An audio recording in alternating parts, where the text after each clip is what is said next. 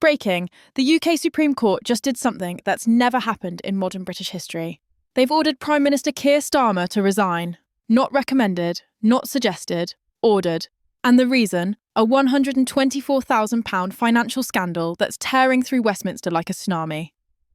Right now, Downing Street is in chaos. Labour MPs are turning their backs, the opposition is circling like sharks, and millions of Brits are demanding answers. What you're about to hear isn't just another political controversy. This is a constitutional crisis that could bring down an entire government. If you want the full breakdown as this story develops, hit that subscribe button now, because this is far from over. This morning, Britain woke up to a political earthquake. Chief Justice Dame Sue Carr delivered a ruling so explosive that constitutional experts are calling it the gravest crisis in 50 years. The Supreme Court didn't just criticise Starmer, they systematically dismantled his credibility and concluded with words no sitting Prime Minister has ever heard.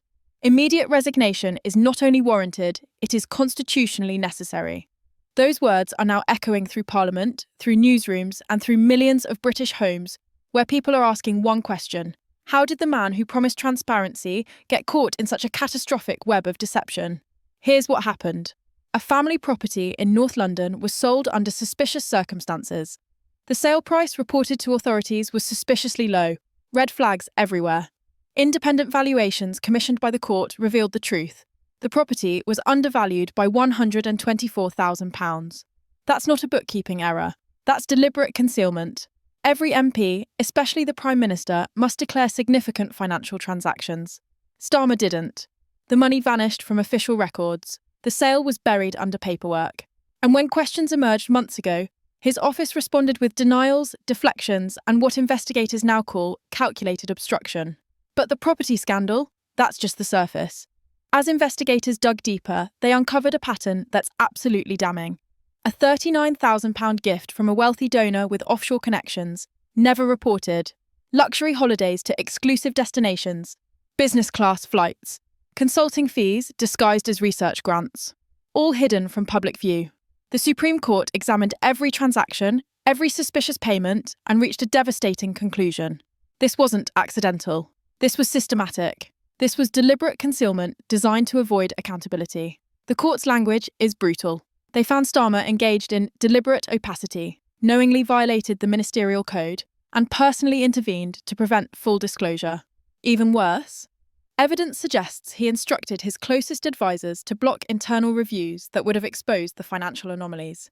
He knew, he covered it up, and he did everything possible to keep the British people in the dark. Former staffers, speaking under protection, revealed that Starmer became increasingly paranoid about financial scrutiny.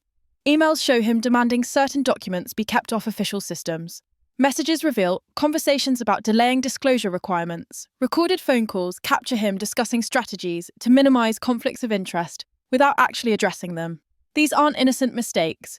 These are calculated moves from someone who knew exactly what he was doing. Inside Westminster, the reaction has been swift and brutal. Conservative MPs are calling for an immediate vote of no confidence, and they have the numbers. Reform UK is demanding a general election, arguing the government has lost all legitimacy. Even within Labour's own ranks, cracks are showing. Multiple shadow cabinet ministers are privately considering resignation if Starmer refuses to step down. One senior Labour figure told reporters, "This is beyond damage control. This is career suicide for anyone who stands by him." The Parliamentary Labour Party is now fractured into three groups. Those defending Starmer publicly while preparing escape plans. Those openly calling for his resignation. And those who've gone completely silent, waiting to see which way the wind blows. Behind closed doors, emergency meetings are happening around the clock. Internal polling reveals a catastrophic collapse in public trust. Labour's lead has evaporated in less than a week. Swing constituencies are tilting toward Reform UK and the Conservatives. Even core Labour strongholds are showing dangerous signs of defection. One leaked memo from a senior campaign director puts it bluntly. If Starmer is still in office by month's end, we're looking at electoral annihilation that will make the Corbyn years look like a minor setback. Outside Parliament, the public response has been volcanic. Protests are erupting in every major city. In London, tens of thousands have descended on Parliament Square, blocking traffic, waving banners, chanting "Resign now."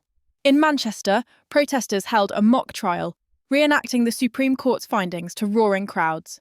Glasgow, Edinburgh, Birmingham, Bristol, Similar scenes everywhere.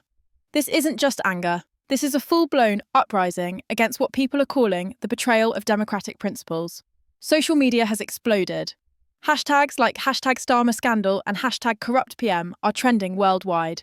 Videos of ordinary Brits, nurses, veterans, teachers, factory workers, going viral as people share their fury. One video of a retired Yorkshire schoolteacher has been viewed over 5 million times. She looks into the camera and says, "We trusted him to be different. We believed he was honest, and he spat in our faces." Even traditionally Labour-friendly media have turned. The Guardian published an editorial, "Trust is broken, Starmer must go." The BBC ran a primetime special examining the scandal in forensic detail. Channel 4 aired a devastating investigation uncovering additional undeclared financial connections not even part of the original inquiry. Journalists are now competing to dig deeper, to find more dirt, and whispers suggest more bombshells are coming. Investigative reporters claim they're sitting on evidence of additional offshore accounts, suspicious property transactions involving family members, and donations from foreign entities that could violate electoral law. One senior journalist reportedly told colleagues, "The £124,000 is just the tip of the iceberg. What's underneath could sink the entire Labour Party." But here's what makes this truly surreal. Through all this chaos, Starmer remains silent. No press conference, no statement, no apology, just silence. His team issued a brief, vague response claiming he's reviewing the ruling and considering his options. But legal experts are unanimous. There are no options. The Supreme Court's order is binding. Delay isn't just politically suicidal, it's potentially unlawful. Constitutional lawyers are debating whether continued refusal could trigger emergency powers unused in modern times. Some suggest if Starmer refuses to obey, the monarch could be forced to intervene, dismissing him directly to preserve constitutional order. Britain is staring into a constitutional abyss no one thought possible in the 21st century. But here's the question keeping everyone awake at night. What is Starmer hiding that's so damaging he's willing to destroy his career, his party, and potentially the stability of the entire country, rather than simply tell the truth? As his silence stretches from hours into days, forensic accountants have identified a network of transactions, shell companies, and offshore entities that suggest the £124,000 scandal is merely the visible surface of something far more sinister. This isn't about one property sale. This is about a years-long pattern designed to avoid scrutiny and shield the Prime Minister from accountability. Multiple sources confirm at least 3 offshore accounts linked to entities associated with Starmer's financial advisors.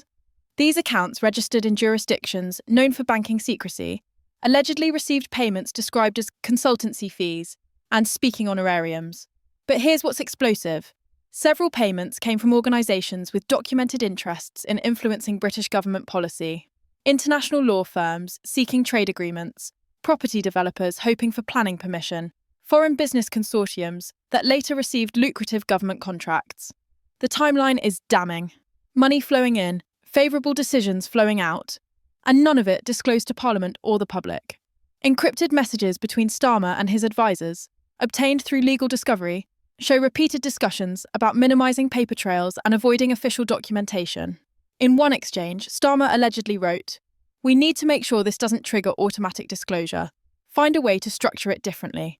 In another, he reportedly instructed staff to delay filing interest declarations until after a critical vote, specifically to avoid questions about conflicts of interest.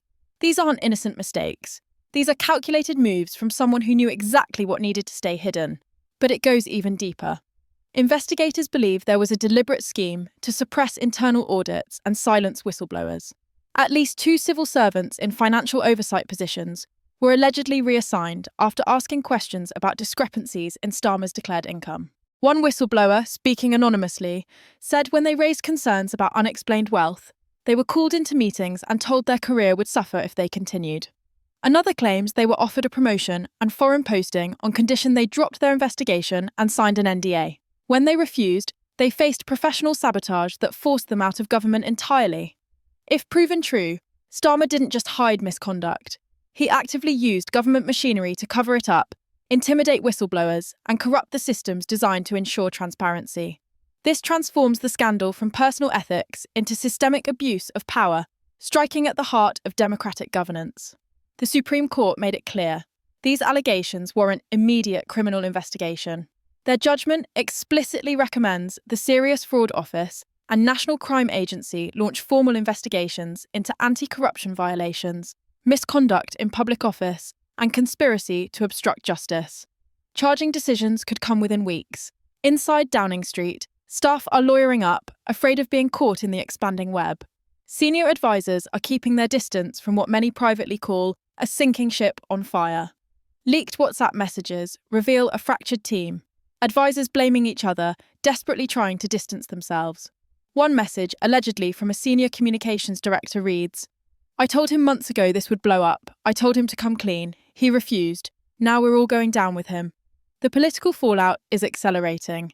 Labour MPs are openly discussing leadership challenges. Angela Rayner has conspicuously avoided defending Starmer. Speculation suggests she's positioning as the unity candidate. Rachel Reeves has reportedly held private meetings with donors to reassure them Labour can survive if it acts decisively. Wes Streeting is making media appearances about transparency and accountability, carefully avoiding Starmer's name. The knives are out. The leadership contest has already begun. And Starmer, isolated and besieged, has almost no allies left. Parliament is preparing unprecedented action. The Speaker confirmed an emergency no-confidence debate within days. The numbers look catastrophic. Conservatives are united. Reform UK will vote against him. Liberal Democrats support the motion.